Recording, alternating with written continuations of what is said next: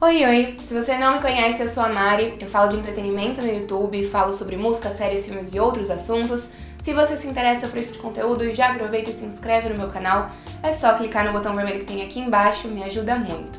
Nesse vídeo, a gente vai conversar sobre a série Um de Nós Está Mentindo. Um de Nós Está Mentindo é uma produção do serviço de streaming Peacock, que é um serviço de streaming que não existe no Brasil, é lá dos Estados Unidos, e essa série é baseada nesse livro aqui, no livro de mesmo nome. Mas hoje, dia 18 de fevereiro, a série chegou na Netflix aqui no Brasil. Quando a série foi lançada nos Estados Unidos, acho que uns 3, 4 meses atrás, eu postei alguns vídeos comentando sobre ela, falando sobre ela, mas eu achei que valia a pena, agora que ela está disponível para todo mundo assistir com facilidade, voltar para conversar um pouquinho com vocês sobre ela de novo. Nesse vídeo aqui eu vou fazer uma crítica sobre a primeira temporada, uma crítica bem simples, bem objetiva, e eu também vou falar um pouquinho sobre as minhas expectativas em relação à segunda temporada que já foi confirmada. Então, em Um de Nós Está Mentindo, a sinopse é bastante simples. 5 alunos bem diferentes entre si vão para detenção no mesmo dia, mas um deles morre durante esse período e os outros 4 se tornam suspeitos de assassinato.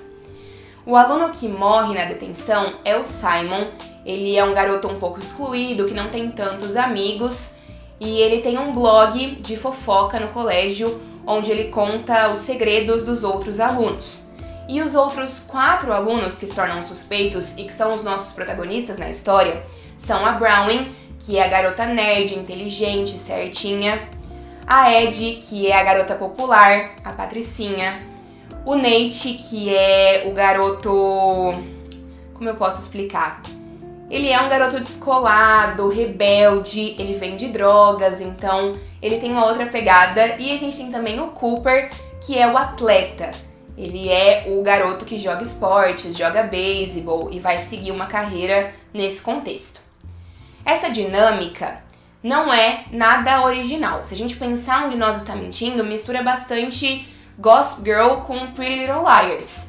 Porque depois que o Simon morre e os outros 4 se tornam suspeitos da morte dele, já que seria muito difícil uma outra pessoa que não estava naquele ambiente ter entrado e causado a morte do Simon, o blog do Simon volta a ser atualizado por alguém que diz ter cometido esse crime. Uma pessoa anônima, mas que diz ser a responsável por tudo isso. A morte do Simon ela é causada por uma alergia a amendoim. Então é encontrado um óleo de amendoim no copo de água que o Simon bebeu. Então essa dinâmica não é uma dinâmica original. A gente já viu esse estilo de história sendo contado anteriormente. Inclusive eu acho que essa é uma série que quem gosta de Pretty Little Liars vai gostar bastante. Uma coisa que me incomoda aqui é que todo o elenco adolescente tá beirando os 30 anos de idade. Eu acho que esse é um grande problema nessa série, porque você tem que abstrair para acreditar que esses alunos realmente são adolescentes, porque todos eles têm de 25 a quase 30 anos de idade mesmo. E eu não gosto muito disso. Mas na primeira temporada a gente tem 8 episódios, e eu acho que os 5 primeiros episódios eles são focados em apresentar os personagens e a premissa, revelar os segredos que os personagens protagonistas estão escondendo e que teoricamente poderiam ser as justificativas de cada um para ter cometido esse crime, investigar esses protagonistas, esses 4 protagonistas, e também começar a construir uma espécie de confiança entre eles. Enquanto os 3 últimos episódios focam em tentar apresentar outros possíveis suspeitos. Eu acho que a gente acaba perdendo muito tempo no começo, acho que a gente poderia ter já engatado em suspeitos, em outros suspeitos antes, mas de forma geral, eu gosto da temporada, eu acho que ela funciona. Eu acho que na verdade o episódio piloto é um pouco fraco, realmente ele não é tão interessante assim de assistir, a partir do momento em que a morte do Simon acontece, mas eu acho que a série melhora muito a partir do segundo episódio. É uma grande obra-prima? Não é uma grande obra-prima, mas é uma farofinha adolescente com mistério, com reviravoltas e com personagens cativantes que acaba sendo gostosa de assistir. Eu acho que eu não avisei antes, mas a partir de agora talvez eu entre em alguns spoilers, porque eu tô considerando que se você tá assistindo esse vídeo, é porque você já assistiu a série Onde Nós Está Mentindo, tá bem? Uma coisa que me incomoda um pouquinho nesse início de série é que eu acho que os segredos dos 4 protagonistas são revelados rápido demais. A gente tem um primeiro episódio que foca em apresentar a premissa e os personagens protagonistas, principalmente. E no final do primeiro episódio e durante o segundo episódio inteiro, os segredos deles, dos 4 suspeitos, já são revelados. Eu acho que a gente poderia ter ido com um pouco mais de calma nisso, para que a gente acabasse sendo surpreendido mais vezes em outros momentos em relação ao que eles estavam escondendo. Não é o que acontece. E eu acho também que faltou um pouco de aprofundamento nesses personagens logo no início. Acho que faltou aprofundamento nas complexidades deles e também nas complexidades dos segredos deles. Eu acho que a série não conseguiu deixar claro o suficiente o quanto seria complicado para esses personagens se os segredos deles fossem revelados. Quais seriam as consequências para cada um deles. Eu acho que é dito, mas de forma bastante rasa. Porque eu não sinto que esses segredos eles são grandes o suficiente ou fortes o suficiente para justificar um possível assassinato. Mas uma coisa é certa, a série funciona quando os 4 protagonistas estão juntos, quando eles estão trabalhando juntos. É o momento em que a gente tá mais entretido, em que a gente quer assistir, quer saber o que eles vão fazer. E eu acho que provavelmente é por isso que o 6º episódio é o meu favorito. Porque no 6º episódio, que é o episódio do baile, eles estabelecem uma confiança entre eles. Eles estabelecem que nenhum dos 4, poderia ter cometido esse crime, teria cometido esse crime. Então é um momento também que eles olham para outros possíveis suspeitos. E os 3 últimos episódios são focados em apresentar novos suspeitos. E a gente tem 3, de fato, um para cada episódio. O primeiro é o TJ, depois a gente tem a Miss Avery, a professora Avery, e por último o Jake, que é, de fato, o culpado por tudo que aconteceu. Como eu disse, pra mim o 6º episódio é o melhor da série, e eu não poderia deixar de mencionar a cena icônica do quarteto de Bayville, do Murder Club, dançando ao som de Good For You no meio da pista de dança, no baile, pra todo mundo ver. Absolutamente perfeitos. Claro, a cena é um pouco brega, mas maravilhosa. Além da amizade desses 4 protagonistas que é estabelecida, além também da participação da Janae e da Maeve, que são 2 personagens bem interessantes, uma outra coisa que eu gosto muito na temporada é o desenvolvimento do relacionamento da Browning e do Nate. Eu gosto muito dos 2 no livro, eles são incríveis juntos e eu gostei deles na série também, tô animada pra saber qual vai ser a dinâmica deles na 2ª temporada. A 2ª temporada da série já foi confirmada e também já ficou claro que ela vai se distanciar do 2º livro. A gente tem um 2º livro que se chama Onde Nós é o Próximo, mas ele conta uma nova história com outros protagonistas. Um dos protagonistas, inclusive, é a Maeve, a irmã da Browning. Inclusive, já que a gente mencionou a Maeve aqui, eu gosto muito da Maeve nos livros e eu não gosto dela na série. Mas tudo bem, só uma pontuação. Não gostei dessa personagem, em nenhum momento. Enfim, a 2ª temporada não vai seguir o 2º livro e, na verdade, ela vai se manter com os 4 protagonistas já apresentados na primeira temporada, também guiando a próxima narrativa. E eu acho que isso ficou bastante claro porque o final da primeira temporada foi um final com ganchos. Então, depois que a gente descobriu que o Jake foi quem, de certa forma, matou o Simon, já que eles tinham feito um combinado de apenas fingir, simular a morte do Simon, mas o Jake acabou sumindo com as canetas de adrenalina que ajudariam na alergia do Simon. Um dos nossos personagens protagonistas atirou no Jake na floresta. A gente tem 3 opções.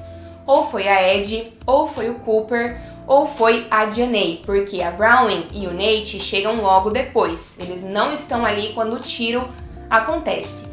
Claro, foi autodefesa, eles estavam se defendendo, porque quem estava com a arma e estava ameaçando todos eles era o Jake. Mas isso aconteceu. E a série não mostrou pra gente quem foi que matou o Jake, qual foi a pessoa ou personagem que realmente apertou o gatilho. Depois que a gente viu o Jake morrendo, a gente já foi pra um tempinho depois no colégio, no dia a dia normal. Então algumas coisas ficaram claras pra gente. Primeiro, Os 5 que estavam ali na floresta vivos deram um jeito de sumir com o corpo do Jake, porque o corpo dele não foi encontrado e acredita-se que ele foi viajar para o México, que fugiu. Então a gente provavelmente vai ver isso na segunda temporada. E também os nossos protagonistas deixaram o Xbox do Simon para ser encontrado no quarto do Jake, que era onde estava mesmo. Mas a gente já viu no final da primeira temporada que nem todo mundo tá acreditando nessa história de que o Jake fugiu. Tem muita gente que tá culpando o Murder Club, o quarteto de Bayville, pelos acontecimentos todos, porque a barra deles foi limpa. Mas no finalzinho, na última cena do último episódio da temporada, eles recebem uma mensagem de um destinatário que se chama Simon Says, que é o nome do jogo Siga o Mestre lá nos Estados Unidos. E é um trocadilho com o nome do Simon também. Muito boa essa escolha de nome, hein? Carrie McManus. Enfim, e essa mensagem diz: façam o que eu disser pra vocês fazerem ou todo mundo vai saber o que vocês fizeram. O que significa que alguém sabe o que aconteceu na floresta, alguém viu o que aconteceu na floresta e essa pessoa vai começar a chantageá-los. Num esquema bem parecido com Pretty Little Liars. Alguém de fato perseguindo eles no dia a dia e obrigando eles a fazerem coisas que talvez eles não queiram fazer. E isso me deixou com a sensação de que, apesar de se distanciar da narrativa do segundo livro, a série vai acabar seguindo uma coisa muito importante do segundo livro, que é o jogo de verdade ou consequência. No segundo livro, uma pessoa anônima começa a enviar um jogo de verdade ou consequência. E a pessoa que recebe a mensagem de desafio precisa escolher. Ou ela vai cumprir o desafio que está sendo pedido que ela cumpra, ou uma verdade sobre ela, um segredo sobre ela, vai ser revelado. E eu acho que o esquema da segunda temporada vai ser bem nesse sentido. Eu acho que a gente vai ver esses 4 protagonistas, mais a Diane, que se torna então parte disso. E vale pontuar que a gente tem um distanciamento da Maeve. A Maeve não fez parte do final da primeira temporada, né, nesse sentido de acobertar a morte do Jake e de participar desses momentos finais. E isso, inclusive, faz dela uma suspeita. Mas eu queria que ela se juntasse aos outros 5 e a gente tivesse um grupo de 6 pessoas sendo obrigadas a fazer algumas coisas para que esse segredo da floresta não seja revelado. E eu acho que enquanto a gente estiver vendo esses protagonistas fazendo essas coisas para realmente escapar dessa revelação, a série também vai mostrar flashbacks do que aconteceu de fato a partir do momento em que esses personagens chegaram na floresta. Então, quem foi que deu o tiro? Eu acho que é uma informação que aos poucos vai ser revelada. E também como eles esconderam o corpo, porque eles são adolescentes, então eles não devem ter feito um trabalho maravilhoso na hora de cobrir os seus rastros. Então eu acho que tudo isso vai se desenrolar para montar a segunda temporada. Essa é a minha expectativa de narrativa para essa segunda temporada. E claro, como eu já disse, eu quero muito continuar vendo a amizade deles se fortalecendo, eles se tornando realmente amigos. E também o relacionamento da Browning e do Nate voltando a acontecer, porque eles terminam a temporada separados, né? Então eu quero que eles voltem a se reconectar e quero ver isso se desenvolvendo. E acho também que tem narrativas muito interessantes para todos esses personagens. Inclusive, eu quero muito ver o que a série tem na mão pra Ed e pro Cooper, que são personagens que eu adoro. É isso. Essa foi a minha mini crítica e também as minhas expectativas para a próxima temporada de Um de Nós Está Mentindo. Me contem nos comentários o que é que vocês acharam da série, quais são as expectativas de vocês para a próxima temporada. Obrigada por terem ficado até o final, um beijo grande e a gente se vê numa próxima.